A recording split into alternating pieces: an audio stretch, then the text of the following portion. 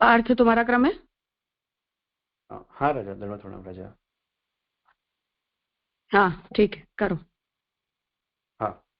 अ, अब तक हमने जो द्वितीय अध्याय का जो हम आवासन कर रहे हैं, रिवीजन कर रहे हैं, तो उसमें द्वितीय अध्याय के तृतीय पाद में जो जीवात्मा का स्वरूप, कार्य, अंशरूपता, उसकी व्यापकता आदि का विचार इस पाद में किया जा रहा है। तो इसके अब 15वें अधिकरण में हम शुरू करेंगे, तो उससे पहले 14वें अधिकरण तक वेद के अंदर जो शंकराचार्य की शंका थी कि तत्वमसि आदि वाक्यों में ब्रह्म और जीवात्मा की एकता का वर्णन किया गया है, उन श्रुति वाक्यों को हम कैसे समझे। और फिर उसके बाद यह विचार हुआ कि जीवात्मा यदि अंश है, तो जीवात्मा के कर्तृत्व के विषय में भी जो भी श्रुति वाक्य आ रहे हैं, उनका इंटरप्रिटेशन कैसे किया जाए। अब उसके बाद जो 14 अधिकरण तक हमने ये देखा, 15वें अधिकरण में जो जीवात्मा का कर्तृत्व है वो स्वतः है या परत है, तो उसके ऊपर विचार आगे के अधिकरण में करेंगे। तो 15वां जो अधिकरण है वह 2 सूत्र का है, जिसमें प्रथम सूत्र है परातु तश्रुते है, मतलब ब्रह्म के द्वारा ही कर्तृत्व है, यह श्रुति में कहा गया है। तो जीवात्मा का कर्तृत्व स्वतः है या परत यानी कि भगवान के द्वारा है, इस पर इस सूत्र में विचार किया जा रहा है कि वो कहते हैं कि जीवात्मा की कर्तृत्व स्वतः है। भगवत परक ही इसका कर्तृत्व है, स्वतः इसका कर्तृत्व नहीं है। और जीव भगवान का अंश है, इसलिए जीवात्मा का कर्तृत्व हमें लगता है। और इसमें प्रमाण देते हैं कि एष एव साधु कर्म कारयति, तो भगवान ही जीव को अच्छे और बुरे कर्म के प्रति प्रेरित करते हैं। तो ब्रह्म ही सर्वरूप हुए हैं, तो इसलिए जीवात्मा के पतन या उत्कर्ष में ब्रह्म के ऊपर किसी प्रकार का दोष नहीं लगता। तो जैसे जीवात्मा में अंशात्मक ऐश्वर्य, वीर्य, यश, श्री, ज्ञान आदि जो गुण आते हैं ब्रह्म के से, उसी तरह जीवात्मा ब्रह्म का अंश होने से उसके अंदर कर्तृत्व भी जीवात्मा के अंदर जो आता है वो अंशात्मक कर्तृत्व ही होता है। और वो कर्तृत्व जड़ का नहीं है, जीवात्मा का है, और वो ब्रह्म से ही मिलता है।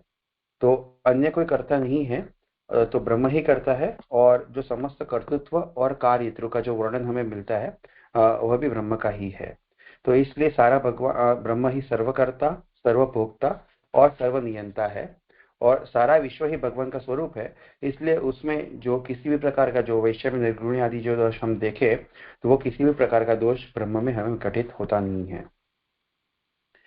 उसके बाद जो 42 सूत्र है कि कृत प्रयत्न अपेक्षस्तु विहित प्रतिषिद्ध अवैर्थ्यादिभ्यः, तो जीव जो प्रयत्न करता है उसके प्रति जो उसकी अपेक्षा है, उसमें कोई यह ना कह दे कि वह जो प्रयत्न है वो जीव करता है, तो उसके लिए कहा गया है कि जीवात्मा के अंदर जो कर्तृत्व आता है वो ब्रह्म से आता है। उसी का यहाँ पे निरूपण किया है। तो कहते हैं कि क्रीड़ा के लिए भगवान ने जो भी उद्यम किया है, वह इस लीला के लिए ही भगवान अपने अंश को जीव की यहाँ वहाँ प्रवृत्ति कराते हैं। तो समस्त जो सृष्टि है वो भगवान की क्रीडार्थ है और भगवान की लीला ही है। तो उसमें जो जीव की जो भी प्रवृत्ति होती है वो भगवान अपनी क्रीड़ा के लिए ही करवाते हैं। तो उसमें ब्रह्म में कोई किसी भी प्रकार का दोष आता नहीं है, क्योंकि ब्रह्म ही सर्वरूप बना है। तो जो सृष्टि में हमें ऊंच नीचता दिखती है, तो जो वैषम्य, निर्गुण आदि हम कहे, तो वो किसी प्रकार का दोष यहाँ पे हमें ब्रह्म में दिखाई नहीं देता। तो यहाँ पे जो सूत्र है कि कृत प्रयत्न अपेक्षस्तु, तो जो कृत प्रयत्न अपेक्षस्तु है वो उसका पूर्व पक्ष है, और विहित प्रतिष्ठित अवैर्थ्यादिभ्य उससे उसका उत्तर पक्ष आता है।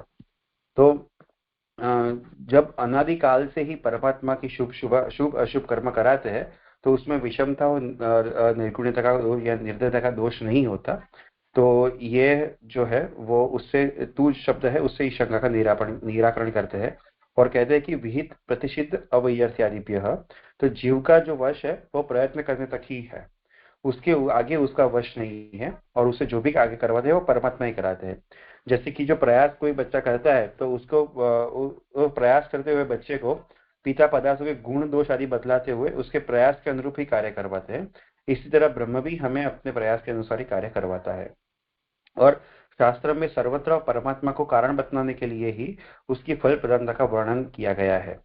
तो उसी से ही वह जीव को ऊपर उठाते हैं और नीचे भी गिराते हैं। और अगर यदि हम यह ना माने, तो शास्त्रों में जो विधि और निषेध आदि वाक्य जो हमें बताया गया है, उनकी व्यर्थता सिद्ध होगी, और वो शास्त्र है वो भी पूरा अप्रामाणिक हो जाएगा। तो जो वेद में नियम बताया है कि फलदान करने में कर्म अपेक्षित है, कर्म के लिए प्रयत्न अपेक्षित है, प्रयत्न करने के लिए इच्छा शक्ति अपेक्षित है और इच्छा स्वभाव से ही होती है। तो ये जो नियम बताया है, तो जो स्वभाव हम देखें तो स्वभाव वर्ण से आता है, जो सृष्टि की शुरुआत में ब्रह्म का ही वर्ण करता है। तो जो वर्ण से ही स्वभाव बनता है उसी से प्रेरित होकर जीव कर्म करता है। तो वेद में जो भी विधान प्राप्त होते हैं उनकी विफलता हमें यहाँ दिखाई नहीं देती। तो इसलिए जिन दोषों की संभावना ब्रह्म में की गई है उनकी गंध भी उनमें संभव नहीं है और न ही उनकी अनिश्वरता सिद्ध होती है। तो इसी प्रकार से मर्यादा मार्ग का निर्माण ब्रह्म ने किया है और इस मार्ग में जैसे इस प्रकार से आरूढ़ व्यक्ति है उसी को ही जो पुष्टि यानी कि फल प्राप्त होता है। यहाँ पे जो मर्यादा और पुष्टि का वर्णन है वो एक मार्ग की प्रक्रिया से नहीं, परंतु जो मर्यादा मार्ग एक है उसमें जो फल प्राप्ति है उसको यहाँ पुष्टि बताया गया है। राजा, यहाँ तक मेरा अधिकरण था। अस्तु।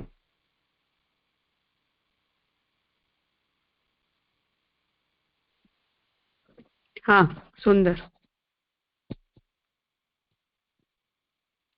हाँ हीनाबेन, आपका है? हाँ, मेरा 5 सूत्र में कर रही हूँ राजा। दंडवत प्रणाम करती हूँ। हाँ, कर। अब अंतिम अधिकरण आ रहा है। हाँ हाँ राजा प्रणाम। अंतिम अधिकरण आ रहा है, तो इसमें जीवात्मा की अंश रूपता का निरूपण कर रहे हैं। ये जो 16वां अधिकरण लास्ट है और वो 11 सूत्र वाला है, जिसमें 5 सूत्र मैं कर रही हूँ। शुरुआत करती हूँ अंशो नाना व्यपदेशात से। उसमें हाँ, पुरुषोत्तम जी कह रहे हैं कि जीवात्मा किस तरह से ब्रह्म के साथ जुड़ा हुआ होता है, ऐसे जीवात्मा का ब्रह्म के साथ संबंध का निरूपण यहाँ इस सूत्र में कर रहे हैं। पहले सूत्र में जीव ब्रह्म का अंश है ऐसा कहना चाह रहे। प्रमाण के रूप में 2 श्रुति वचनों में अनेक जीवात्माओं की उत्पत्ति का वर्णन आता है कि अगर जीवात्मा व्यापक है तो उसकी अनेकता संभव नहीं है।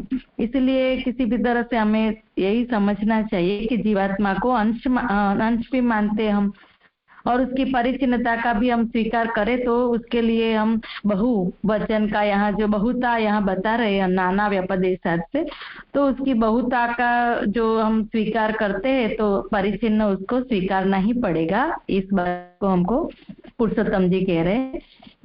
एक ही जीवात्मा हो तो उसकी ब्रह्म रूपता और बहुता ऐसे हम बोल ही नहीं सकते, इसीलिए जीव जो है वो परब्रह्म का अंश है, ऐसी बात यहाँ सिद्ध करने जा रहे हैं। अब सूत्र आ रहा है अंशो नाना व्यपदेशात् अन्यथा चापि दास कितवा आदित्वम अध्यत एके। ये पूर्व में सिद्ध किया कि जीवात्मा करता है और परमात्मा उसको कर्म में नियुक्त करने वाला है। इससे जीवात्मा और परमात्मा का भेद बताया। तो कहते हैं कि श्रुतियों में भी कई स्थान पे जीवात्मा और परमात्मा का भेद बताते हैं, कई जगह पे परमात्मा और जीवात्मा का अभेद का भी प्रतिपादन करते हैं।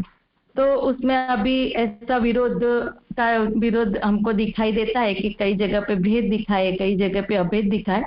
तो उस विरोध का निराकरण करते हैं कि अंशो नाना व्यपदेशात् से। श्रुति में जीवों को बहुत और अलग अलग बताया गया है। जीव ब्रह्म का अंश है और ब्रह्म से भिन्न है। उपनिषद वाक्यों में भी परमात्मा के अनेक अंशों का वर्णन किया गया है।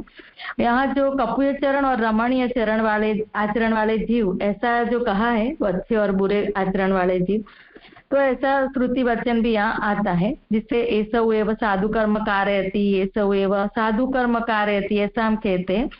तो उससे जीव जो है वह ब्रह्म से भिन्न है ऐसा हमको प्रतीत होता है कि ब्रह्म ही जिसको कर्म करवाते हैं, तो जीव और ब्रह्म की भिन्नता हमें समझ में आती है। उसमें पूर्व पक्षी कहते हैं कि ब्रह्म तो निर्गुण होने से अवयव रहित है, तो जीव को हम ब्रह्म का अंश कैसे मान सकते हैं। तो कह रहे कि ऐसा मतलब पूर्व पक्षी कह रहे हैं कि हम ब्रह्म का अंश उसको नहीं कह सकते, क्योंकि ब्रह्म अंश रहित है या अंश वाला है, यह बात लौकिक बातों से सिद्ध नहीं हो सकती। ब्रह्म के विषय में केवल वेद ही प्रमाण रूप है। ब्रह्म का वर्णन करने वाली जो श्रुतियां है वह भी ब्रह्म का ही निरूपण करती है। जैसे मतलब ब्रह्म का निरूपण वेद जैसे करता है वैसे ही उसको मानना चाहिए। अति ऐसा हो कि श्रुति के सिद्धांत में कहीं उल्लंघन भी होता हो तो वेदार्थ ज्ञान के लिए तत्सम्मत युक्ति का आश्रय लिया जा सकता है। वह युक्ति भी मनमानी नहीं होनी चाहिए, वो वेद के अनुकूल होनी चाहिए। और यह युक्ति का अर्थ सिद्धांत समझ में नहीं आवे तो तपश्चर्या करनी चाहिए, अथवा जो उसको जान रहा है ऐसे विद्वानों को पूछना चाहिए।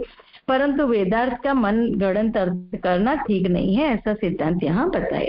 क्योंकि अगर मन गढ़ंत अर्थ करे तो उसका अर्थ ही उल्टा हो जाता है, और इसीलिए वेद का जो तात्पर्य है वो समझ में नहीं आने के कारण, अर्थ उल्टा कर देने के कारण अनर्थ हो जाता है। इसलिए महाप्रभु जी यहाँ अर्थ उसका बताए। इस विषय में अब युक्ति बताते हैं कि सर्वतः पाणिपादांतम, सब ठिकाने जिसके हाथ और पैर है, सब ठिकाने जिसके चक्षु मस्तक मुख है, और जो इंद्रिय रहित है, ऐसा विरुद्ध धर्माश्रय वाला जो ब्रह्म है, ऐसे परमात्मा में से जड़ पदार्थ और जीव अग्नि में से जैसे चिंगारियां निकलती है वैसे ही वो विचरित होके बाहर आते हैं। पहले तो ब्रह्म के सदन से सारे जड़ पदार्थ आते हैं और चिदंश से जीव का प्राकट्य होता है। वो भी भगवान की अपनी मूल इच्छा, एको हम बहुश्याम प्रजाएय, जो भगवान अपनी इच्छा से ही जड़ और जीव को प्रकट करते हैं। ऐसे ब्रह्म की इच्छा से ही जीवों में ब्रह्म का आनंद धर्म तिरोहित हो जाता है और जीव प्रकट हो जाते हैं। तो ऐसे जीव जो आनंद धर्म का तिरोहित हो जाता है, वो जीव जो है वो अस्वतंत्र है, ऐसा यहाँ बता रहे। इससे सिद्ध हुआ कि ब्रह्मवाद में जीव ब्रह्म के अंश है और ब्रह्म जो है वो अंति है। तो इसलिए अंशो नाना जो बता रहे उसकी सिद्धि यहाँ पर करी। अब दूसरी शंका इसमें कर रहे, पूर्व पक्षी उपस्थित कर रहा है कि जीव, अगर जो जीव है वो ब्रह्म का अंश है तो ब्रह्म और जीव का जाति संबंध सिद्ध होता है। और श्रुति के वचन में तो यह भी कहा कि दास कीतवादि सब कुछ ब्रह्म है, तो एक विज्ञानेन सर्वम इदम विज्ञातम भवति।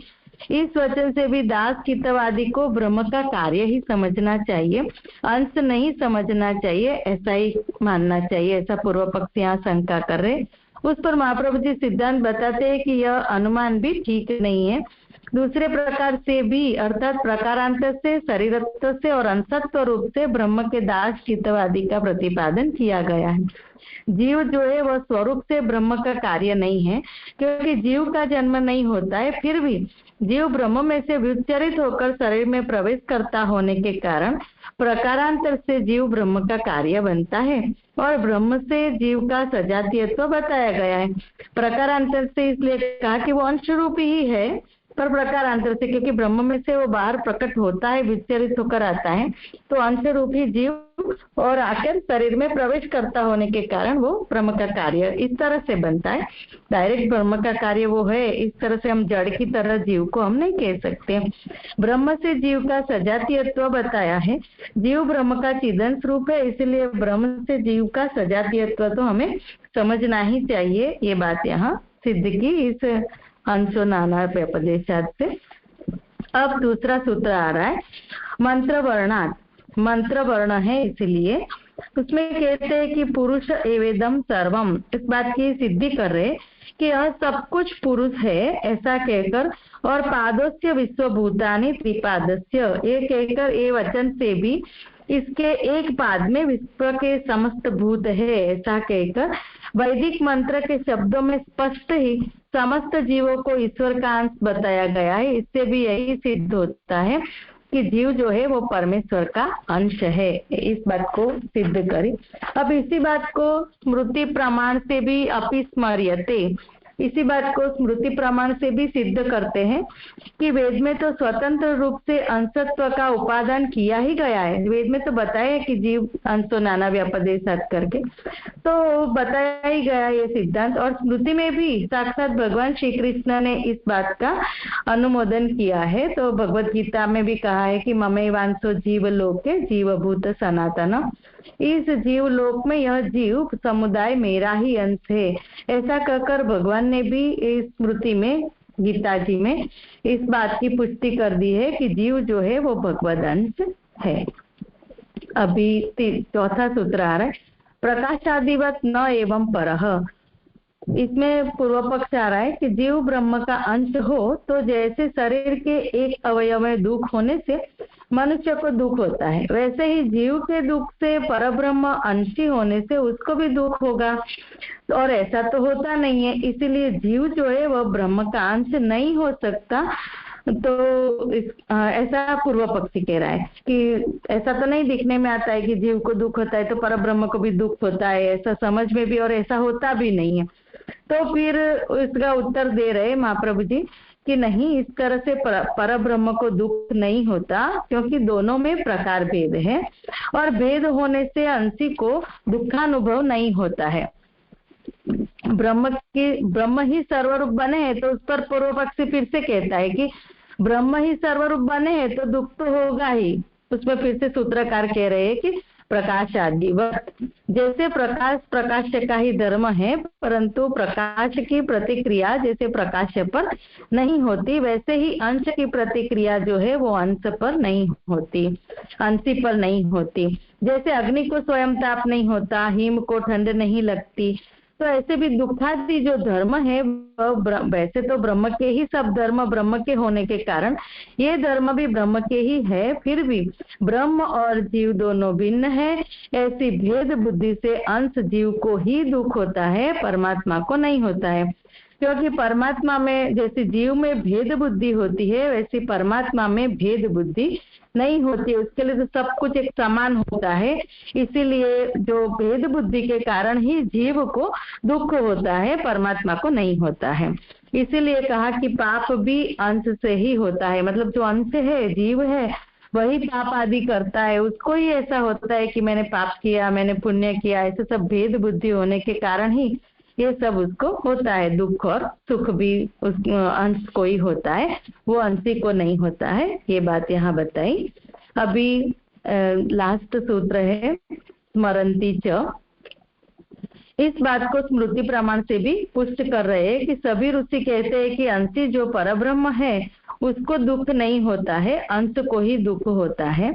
अंश जीव और परमात्मा है, इन दोनों में जो परमात्मा है वो नित्य और निर्गुण है, वह कर्म के फलों से लिप्त नहीं होता। जैसे हमें गीता जी में कहा है कि पद्म पत्र इवाम्बसा, तो इस तरह से उसको भी जो परमात्मा है उसको कर्म करने से कोई फल से वो लिप्त नहीं होता है, जबकि जो जीवात्मा है, जो कर्म करने वाला है, उसको तो कर्म में भी उसको बंधन होता है और कर्म फल में भी उसको ऐसी लालसा होती है, इसलिए उसको बंध और मोक्ष होता है, ऐसे यहाँ बता रहे हैं। इस तरह हम देखें तो परमात्मा एक है, सर्वभूतों में रहने वाला, अंतर्यामी है, अंतरात्मा है, फिर भी जीवों के दुखों से रहित अलिप्त ही रहता है। और ये जो श्रुति यहाँ बताई तयोः अन्यः विपिप्पलम्, इस श्रुति वचन से भी जीवात्मा और परमात्मा दोनों एक ही देह में रहते हैं, एक डाल पे दो पक्षी की तरह। और उसमें जीवात्मा जो है वह स्वादु फल खाता है और परमात्मा उसको देखता रहता है। वो श्रुति वचन भी ऋषियों के द्वारा जो कहा गया है स्मृति वचन, उसमें भी इस वचन को चरितार्थ करते हैं, समर्थन ही करते हैं कि जो जीव है वो अंश रूपी ही है और अंश रूप ही होने के कारण ही जीवात्मा को ये सब होता है, कर्म से बंधन, और ये फल में भी वो लिप्त हो जाता है। वैसे परमात्मा नहीं होते, तो इन दोनों में एक तरह की भिन्नता भी बता दी और वो अंशी का अंश होने के कारण वो उसके एक टाइप की तादात्म्यता भी हमको यहाँ बता रहे। इस तरह से यहाँ 5 सूत्र राजा मेरे यहाँ संपन्न हुए। दंडवत प्रणाम राजा। आप स्वातिबेन करेंगे आगे। सुंदर।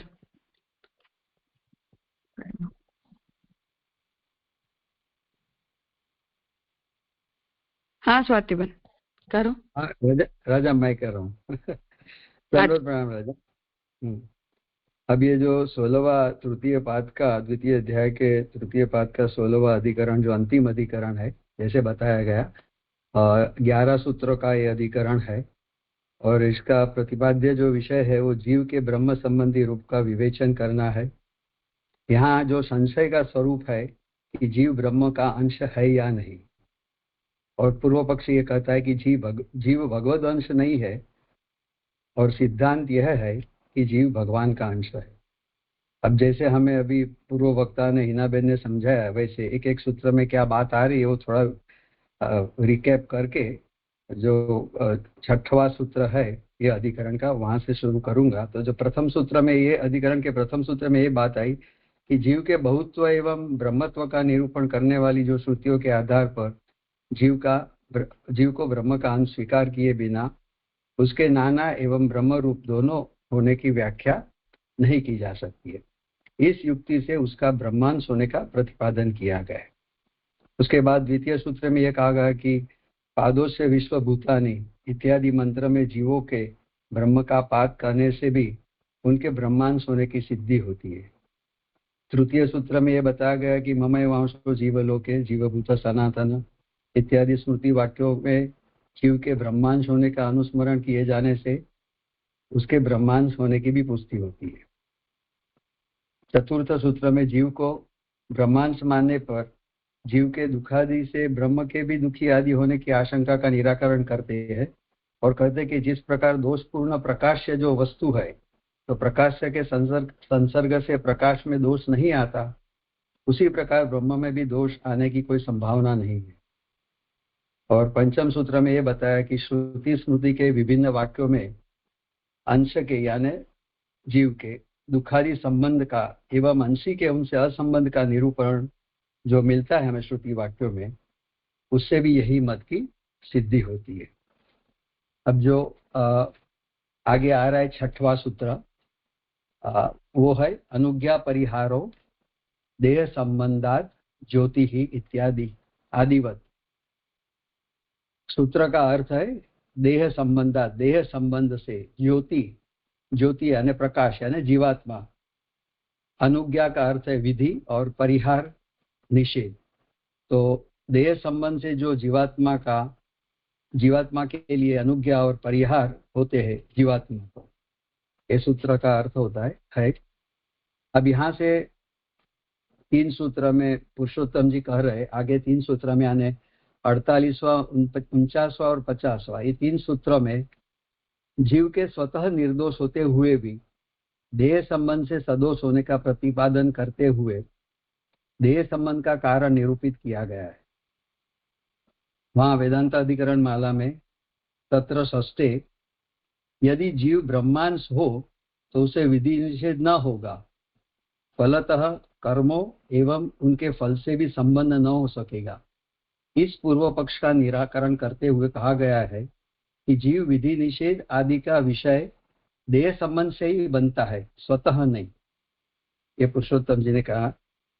शंका यहाँ पूर्व पक्ष करता है, प्रश्न खड़ा करता है कि जब जीव भगवान का अंश है और उसमें विधि निषेध का प्रश्न नहीं हो सकता, फिर तो जीव कर्म नहीं कर सकेगा और उसे फल भी कैसे प्राप्त होगा। जीव ने अनेक देह धारण किए होने से कौन शूद्र और कौन भार्या ये भेद क्यों किए जाते, इस तरह का वो प्रश्न उठा रहे।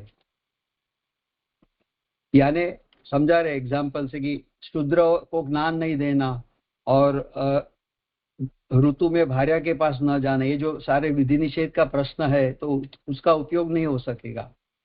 परिणाम क्या होगा, तो कर्म मार्ग जो या अर्थात जो विधि निषेध की जो सिस्टम है उसमें अव्यवस्था हो जाएगी। और विधि निषेध की व्यवस्था जब भगवद अंश में भी संभव नहीं है तो फलस्वरूप जीव को दुख की प्राप्ति भी कैसे संभव होगी। इस तरह का पूर्व पक्ष ने तर्क खड़ा किया।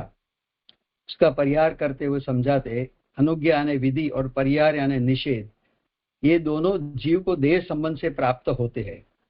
जो देह जिस तरह मिलता है उसके अनुसार होते हैं। फिर एग्जाम्पल देते कि जैसे शव की अग्नि और चांडाल के पात्र का जल जो अशुद्ध होने से अग्राह्य होता है और त्याज्य होता है, और ग्राह्य क्या होता है तो उत्कृष्ट का ग्रहण होना चाहिए। वैसे ही जीव के देह संबंध से विधि निषेध प्राप्त होता है। जीव का देह संबंध भी दो प्रकार से होता है, आगे समझाते हैं महाप्रभु जी।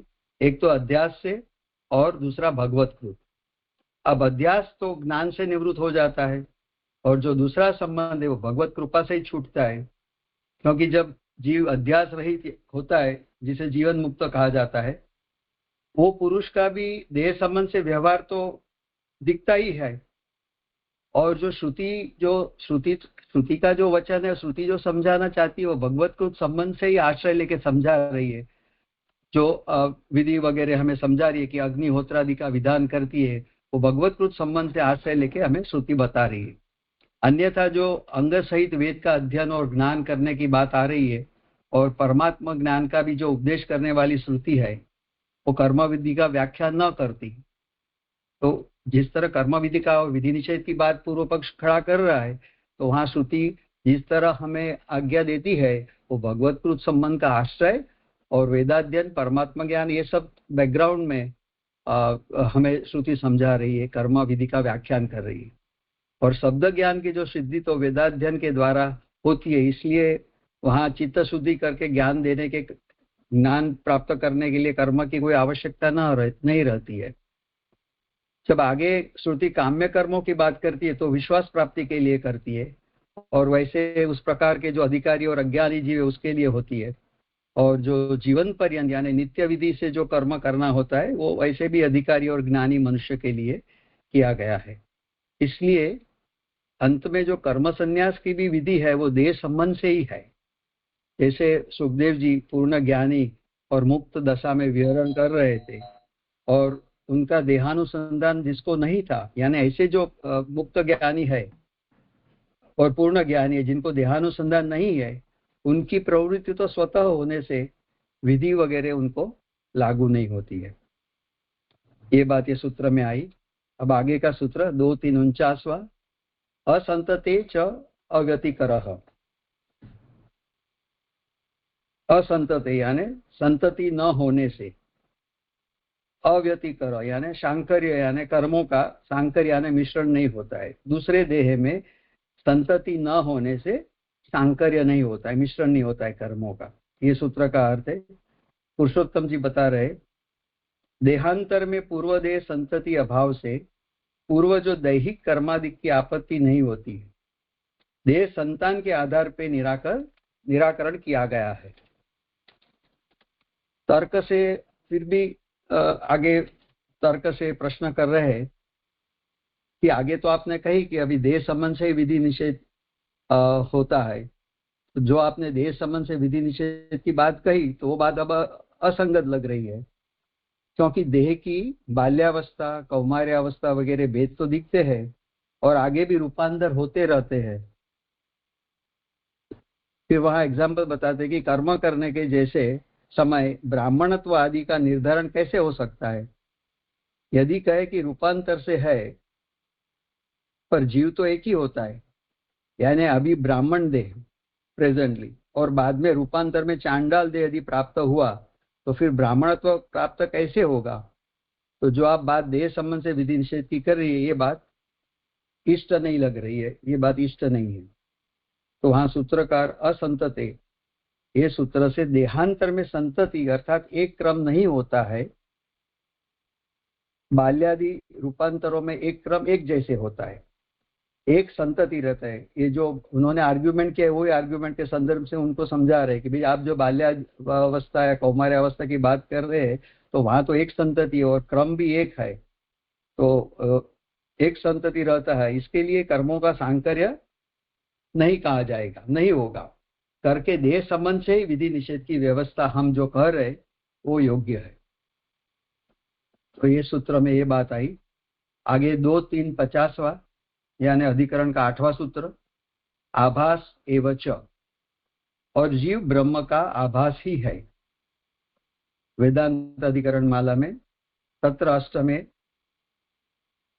सच्चिदानंद ब्रह्म का अंश होने से जीव भी सच्चिदानंद होगा।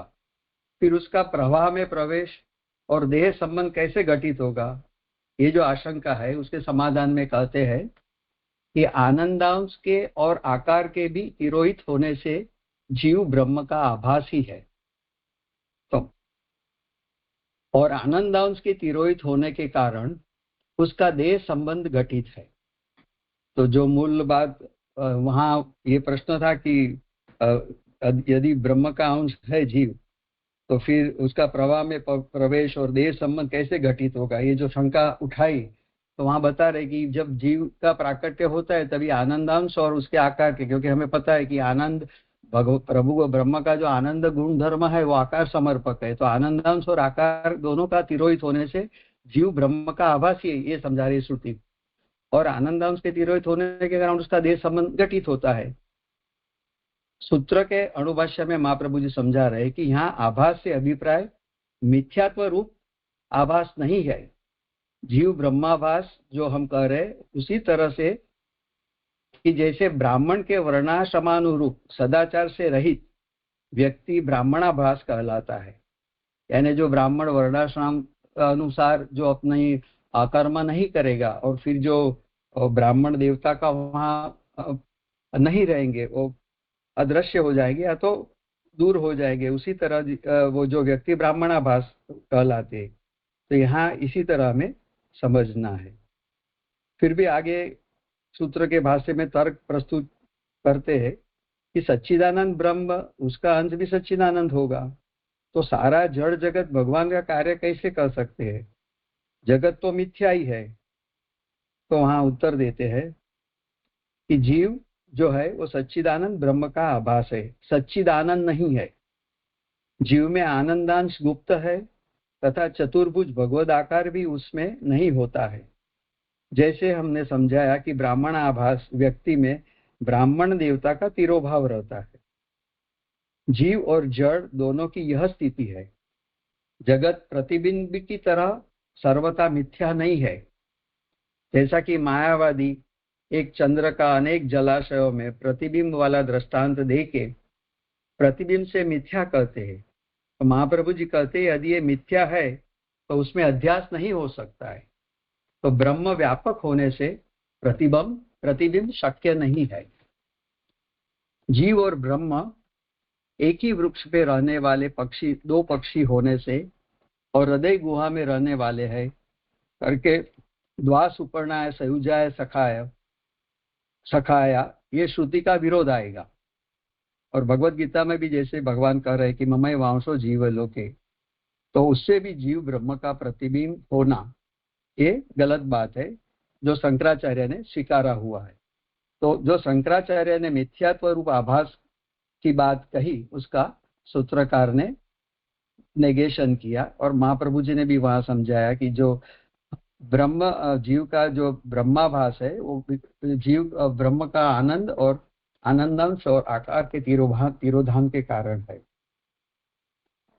अब आगे का सूत्र 2:3:51 का अदृष्ट अनियमात, अदृष्ट का नियम न होने से। अब ये सूत्र में जो नैयायिक और वैशेषिक वगैरह जो अनेक जीववाद के मत वाले हैं वो योग्य नहीं, वो बात समझा रहे। पुरुषोत्तम जी कह रहे कि अब आगे के 3 सूत्रों में भोग व्यवस्था से जीव के नानत्व एवं व्यापकत्व का मत मानने वाले जो पूर्व पक्षी नैयायिक और वैशेषिक है उन लोगों के मत का निराश किया गया है। तत्र प्रथमे नवमे यानी 9वां अधिकरण का 9वां सूत्र और अधिकरण का या ये 3 सूत्र की बात की तो वहां वो प्रथम में बता रहे। ये कहा गया है कि पुरुषोत्तम ये कह रहे हैं कि सभी आत्माएं व्यापक है, अतः उनमें से सभी जो मन एवं इंद्रिय शरीर आदि से संबंध होने के कारण किसी एक इंद्रिय समूह आदि से किए गए कर्म से जन्य अदृष्ट सभी के लिए समान हो जाएगा, और किसका कौन अदृष्ट है यह निश्चित नहीं हो सकेगा। अतः आत्माओं का व्यापक नानात्व मानना असंगत हो जाएगा। ये उन्होंने पुरुषोत्तम जी ने समराइज किया सूत्र की बात को। अब जो मूल टेक्स्ट पे बात आ रही है कि वो ये है कि नैयायिकों और वैशेषिकों जगत में, अभी उनका मत हमें समझना है वो लोग क्या समझते हैं। जगत में सुख दुख वगैरह की भोग की जो व्यवस्था है उसके लिए जीव के भेद अनेक आत्माएं और अनेक भोग व्यवस्था स्वीकारते हैं, और अदृष्ट देव को उसका नियामक कहते हैं। अर्थात जीव के कार्यों का कारण अदृष्ट है, और जीव के साथ उसका अदृष्ट जुड़ा हुआ होने से यदि देशांतर में जीव के भोग के लिए भी अदृष्ट का होना जरूरी होता है, अन्यथा वस्तु या तो फल या तो पदार्थ प्राप्त या उत्पन्न नहीं होगा। इस दृष्टि से ये दोनों मत वाले जीव को व्यापक मानते हैं। महाप्रभु जी कहते हैं, जीवों के भोग की व्यवस्था के लिए जीव अनेक और व्यापक कहने से मूल में, यदि आप ऐसे कह रहे हो कि भाई जीव अनेक है और उनकी भोग व्यवस्था भी अनेक है और जीव व्यापक है, तो आप तो मूल में ही कुठाराघात कर रहे हैं। भोग व्यवस्था जो श्रुति ने या जो कर्म की सिस्टम है उस पर ही आप कुठाराघात कर रहे हैं। जब सभी जीव एक है तो किस शरीर के जीव का अदृश्य नियामक होगा? अब शरीर में जो हम यानी मैं, जो अवेयरनेस है, जो अभिमान है जीव को, वो अभिमान रूप मिथ्या ज्ञान से तो भोग व्यवस्था नहीं बनेगी और उसमें समस्या वो की वही बनी रहने से दोष प्राप्त होगा। तो आप जिस तरह समझा रहे वो समस्या भी इस तरह सुलझती नहीं है, तो दोष तो यथाकथ वैसे ही रहता है और अनुपपत्ति की परिकल्पना भी नहीं कर सकते। यदि आप ऐसे कहो कि ये अनुपपत्ति हमारी है तो शास्त्र की बात छोड़ो, उसकी कल्पना भी, परिकल्पना भी नहीं कर सकते, क्योंकि जीवों के भोग की व्यवस्था श्रुति से ही उत्पन्न है। और उस तरह गौतम, इस तरह जो सूत्रकार ने और महाप्रभु जी ने हमें यहाँ भाष्य में गौतम, कणाद वगैरह जो ऋषि का ये जो मत है वैशेषिक नैयायिक, वो मत का इधर खंडन किया।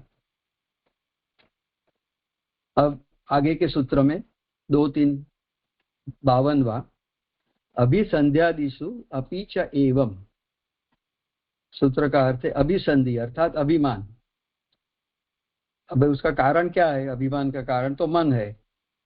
तो अभिसंध्यादिषु अपि च एवं, उसी प्रकार दोष प्राप्त, मन में भी उसी प्रकार दोष प्राप्त होगा। अर्थात अभिसंधि अर्थात अभिमान के कारणभूत जो मन है उसमें भी उसी प्रकार का दोष प्राप्त होगा।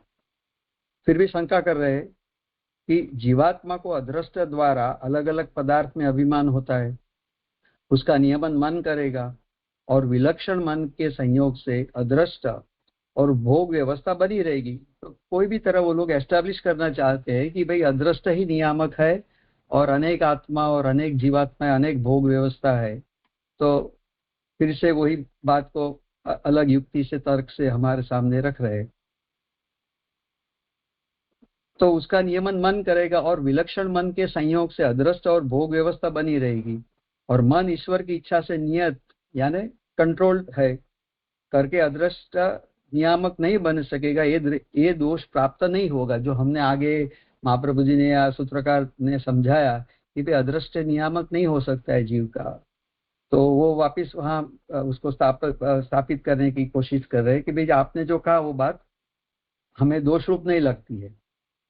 समाधान करते हैं कि ऐसा बचाव आप नहीं कर सकते, दोष तो वैसा का वैसा ही होगा, क्योंकि व्यापक आत्माओं का विलक्षण जो मन संयोग भी सर्वत्र तुल्य होने से नियमन संभव नहीं है। अब जो आपने व्यवस्था बताई उसमें भी व्यापक आत्मा की पर, और ऊपर जो आपने ये मन के संयोग की बात से उसे प्रस्तापित करना चाहा, पर उसमें भी जो मन संयोग से जो रिजल्ट आ गया वो सर्वत्र तुल्य होने से नियमन संभव नहीं, पता ही नहीं चलेगा किस शरीर के जीव से और कौन अदृष्ट है इत्यादि, किस शरीर का और कोई किस जीव का नियामक अदृष्ट है।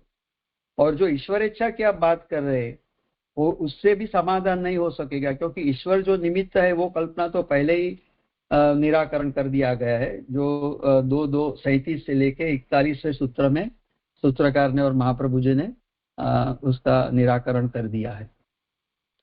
और अभी जो अंतिम सूत्र है वो 2:53 प्रदेशात इति चेत न अंतर्भावाद।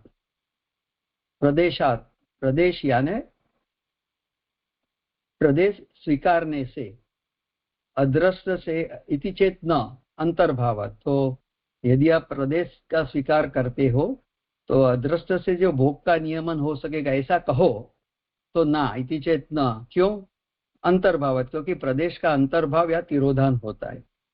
व्यापक आत्मा में जो वो बता रहे हैं ना, आगे के सूत्र में बताया कि जो आत्मा व्यापक है तो उसमें प्रदेश को कंसीडर करो, उसके स्वीकारने से अदृष्ट को नियमन जस्टिफाई हो जाएगा। तो ये सूत्र से ये अर्थ निकलता है। शंका कर रहे हैं यहाँ की आत्मा व्यापक है फिर भी प्रदेश भेद से अदृष्ट के द्वारा भोग व्यवस्था हो सकेगी। आत्मा में ऐसा प्रदेश है जिससे सब घटित हो सकता है, सर्वम उपपद्यतः, तो समाधान करते हैं। इति चेत न अन्यस्य अपि प्रदेश तत्र अंतर्भवति, अर्थात जो दूसरे आत्मा का प्रदेश आत्मा व्यापक होने से पहले आत्मा के प्रदेश में अंतर्भाव हो जाएगा।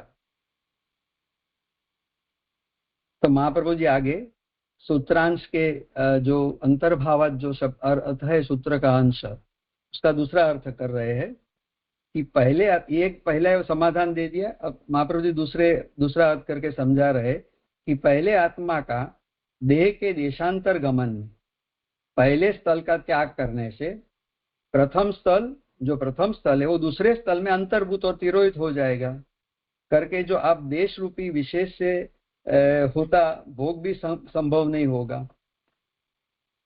इस तरह महाप्रभु जी ने निराकरण किया और समझाया। और राजा इस तरह 16वें अधिकरण से एकादश सूत्र से जो जीव का ब्रह्म संबंधी रूप के बारे में सोचा गया और वहां जीव का ब्रह्म का ही अंश है, उस तरह जीव का ब्रह्म संबंध सभी एंगल से और अलग अलग फैसेट से स्थापित किया गया। अस्तु राजा, धन्यवाद प्रणाम।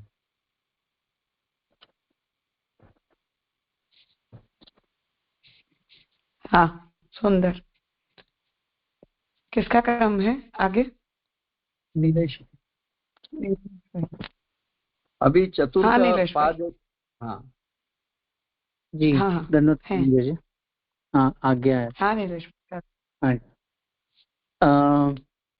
हम स्पष्टतया जानते हैं कि उपनिषद के संदिग्ध वाक्यों का मतलब कि श्रुति में आते हुए उपनिषद के जो भी वाक्य या शब्दों से हमें ब्रह्म के प्रमाण, प्रमेय, साधन या फल के एकत्व के बारे में जो संदेह पैदा होते हैं, उसे प्रभु के ज्ञानावतार श्री व्यास जी ने 554 ब्रह्म सूत्र से दूर किया है। इसे 4 अध्यायों से अधिकरणात्मक शैली से दर्शाया गया है। प्रथम अध्याय के चारों पादों में उपनिषद के संदिग्ध वाक्यों या विवादास्पद शब्दों के अर्थ का ब्रह्मत्व स्पष्ट किया है। ऐसा प्रतिपादन किया है, इसलिए यह अध्याय मतलब पहला अध्याय उसे प्रमाण अध्याय या समन्वय प्रमाण अध्याय कहा जाता है। अब द्वितीय अध्याय में श्रुतियों या स्मृतियों के परस्पर किसी प्रकार का विरोध नहीं है, यह स्पष्ट किया जा रहा है। तो यह पूरा संपूर्ण दूसरे पाद का विषय है। इसलिए इस 4 पाद वाले अध्याय को अविरोध अध्याय या प्रमेय अध्याय कहते हैं। यहाँ श्रुति विरोधी या स्मार्थ मत का तथा अन्य श्रुति स्मृति या विरुद्ध जो युक्ति विरुद्ध मत है उसका भी निराकरण किया गया है। सिद्धांत तो यही है कि श्रुति का ही निरपेक्ष प्रामाण्य माना जाए। इसलिए यह चारों पादों में वर्णित विषय इस प्रकार होता है, जिसमें प्रथम पाद की बात कर रहा हूं कि प्रथम पाद में परस्पर विरोध होने के कारण स्मृतियां निर्णायक नहीं हो सकती, यह प्रथम 3 सूत्रों से कहा। फिर अगर श्रुति का विरोध युक्ति के बल से किया जाता हो तो उसे भी मान्य नहीं किया जा सकता। यह स्पष्टीकरण पहले पाद से जिसके 37 सूत्र है उससे किया गया। अब द्वितीय पाद। इस पाद के 8 अधिकरणों के 45 सूत्रों से वेद बाह्य या अबाह्य मतों के निरसन किया गया है। जहां यहाँ प्रथम 2 अधिकरणों में सांख्य मत का, तीसरे अधिकरण में नैयायिक या वैशेषिकों का परमाणुवाद का, चौथे अधिकरण में सौत्रांतिकों के मत का, 5वें अधिकरण में विज्ञानवादी बौद्धों के मत का, 6वें अधिकरण में जैन दार्शनिकों का जो स्यादादि मत कहा जाता है उसका, 7वें अधिकरण में तार्किकों के ईश्वर के विषय के मत का, और 8वें अधिकरण में पांचरात्र के श्रुति विरुद्ध अंशों के मत का निराकरण किया गया। जो पहले कहा गया था कि मत बाह्य, जो वेद बाह्य या मत के जो है वो उसका निराकरण किया जाएगा, वो द्वितीय पाद में स्पष्ट किया गया। तृतीय पाद, यहाँ जीव के स्थूल शरीर का निष्पादक महाभूतों की उत्पत्ति के स्वरूप एवं क्रम और जीवात्मा के स्वरूप एवं धर्मों का विचार किया गया, जहाँ श्रुति वाक्यों के परस्पर विरोध का परिहार किया जा रहा है। इस पाद में 16 अधिकरण है और 53 सूत्र है, जो आज अभी हमने संपूर्ण किया। अब चौथे पाद में जीव के शरीर के अंदर रहे हुए प्राणादि इंद्रियों के स्वरूप का विचार किया जा रहा है, जिसमें 22 सूत्र है और 10 अधिकरण है, और जो कि आज का विषय है। यहाँ आप श्री राजा ने सुंदर समझाया कि पाद 3 और पाद 4 के बीच में क्या रिलेशन है। तो तीसरे पाद में हमने कहा था कि जीवात्मा की जीवात्मा ही चैतन्यवान होती है, उसके अतिरिक्त देह, इंद्रिय आदि जड़ होता है। अब जब श्रुति में प्राण, मन, वाणी को नित्य कहा है, तो जीवात्मा एक्सक्लूसिवली नित्य है, ऐसा कैसे कह सकते हैं? तो we have to find it out. मतलब यहाँ पे वो भार दिया जा रहा है कि व्यष्टि और समष्टि के संदर्भ में यह नित्यत्व का केस स्थापित किया जा सकता है, जो जीव मार्ग या उसकी अवस्था के संदर्भ में नित्यता सिद्ध की जा सकती है। जो तीसरे और चौथे पाद के बीच में जो कड़ी होती है, वह इश्यू यहाँ चौथे पाद में डील किया जाता है। तो अब 10 अधिकरण में से पहला अधिकरण, जिसमें 5 सूत्र है। तो पहले अधिकरण में का जो विषय है वो है प्राण और जीव के बारे में विचार करना। अब यहाँ संशय ऐसा हो रहा है कि प्राण, जिन्हें यहाँ इंद्रियों का वाचक कहा गया है, वहाँ पहला संशय है कि प्राण नित्य है या अनित्य। दूसरा संशय है कि भूतों के समान इंद्रियां कार्य है, मतलब भूतों, जो आगे हमने देखा था कि भूत भी कार्य ही है, पंच महाभूत, तो वैसे इंद्रियां भी कार्य ही है, और इंद्रियों की उत्पत्ति होती है या नहीं।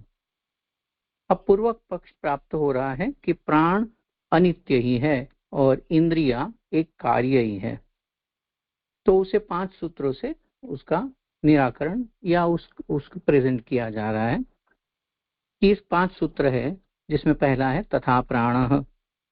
इस सूत्र का तात्पर्य है कि जैसे तीसरे पाद में जीव की उत्पत्ति या उत्क्रांति कही गई और उसके गुणधर्मों को प्राण में, वैसे ही गुणधर्म प्राण में भी दिखाई पड़ते हैं। तो प्राण और जीव एक समान अंश है, इसलिए एक आशंका होती है कि प्राण जो जड़ है और एक नाशवंत है, जबकि जीवात्मा चेतन है और नित्य है। और जहां प्राण को जीव के समान गति आदि गुणधर्म जो कहा जाता है या मिलता है, तो जैसे प्राण के जैसे जीव की गति या उत्क्रांति होती है, तो वैसे प्राण की भी गति और उत्क्रांति होती है। तो ऐसे उसे कैसे कह सकते हैं? तो उसको गौणी के अर्थ में भी हम लोग कह सकते हैं क्या? तो ये सब यहाँ हमें दूसरे सूत्र में कहा जाता है कि हम गौणी नहीं कर सकते, क्योंकि वो उसका इंटरप्रिटेशन ऐसा हम करेंगे तो गौणी करना असंभव है, ऐसा महाप्रभु जी हमें कह रहे हैं। तो वो महाप्रभु जी बहुत क्लियरली समझा रहे हैं कि वेद के कोई भी वाक्य या शब्दों में गौणी का उपयोग नहीं हो सकता। यह नियम मानकर ही हमें वेद के शब्द या श्रुति का अर्थ करना चाहिए, और यही सूत्र हम लोग ने तीसरे पाद में भी देखा था। अब प्राण के विषय में उसकी गति, नित्य आदि गुणों के बारे में विचार करने के लिए तीसरा सूत्र, जिसमें तत प्राण श्रुतेश्च यहाँ आ रहा है। तो बृहदारण्यक और मुंडक उपनिषद में ऐसे वाक्यों के अनुसार हम कह सकते हैं कि जीव की तरह प्राण सर्व इंद्रियों ब्रह्म में से ही अग्नि के तिनकों की तरह उत्पन्न होती है। तो अब शंका होती है कि वो शंका चौथे सूत्र से कह रहे हैं कि तत्पूर्वकत्वाद वाच्च, कि मन वाणी के पहले से है।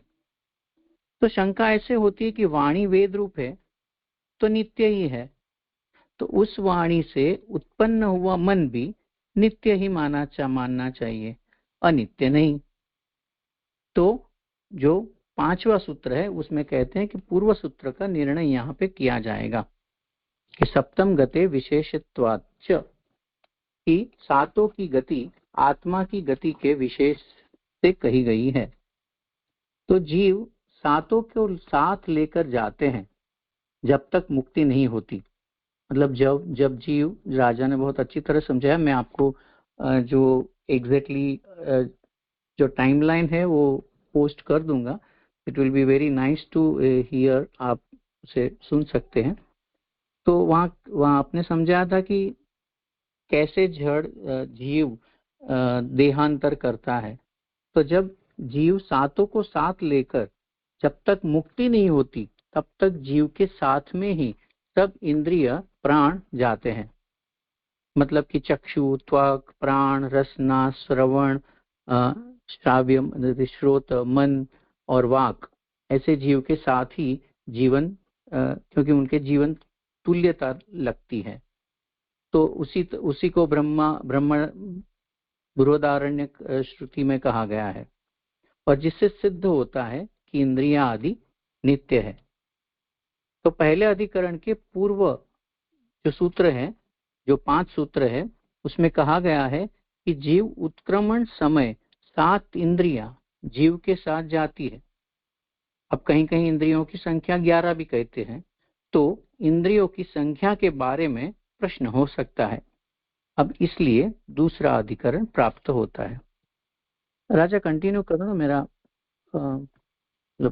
संपूर्ण 10 लिए हुए तो नहीं, अभी आज 5 मिनट और है ना, इसलिए कल कर लेंगे आगे का। जी ठीक है जी, थैंक यू जी।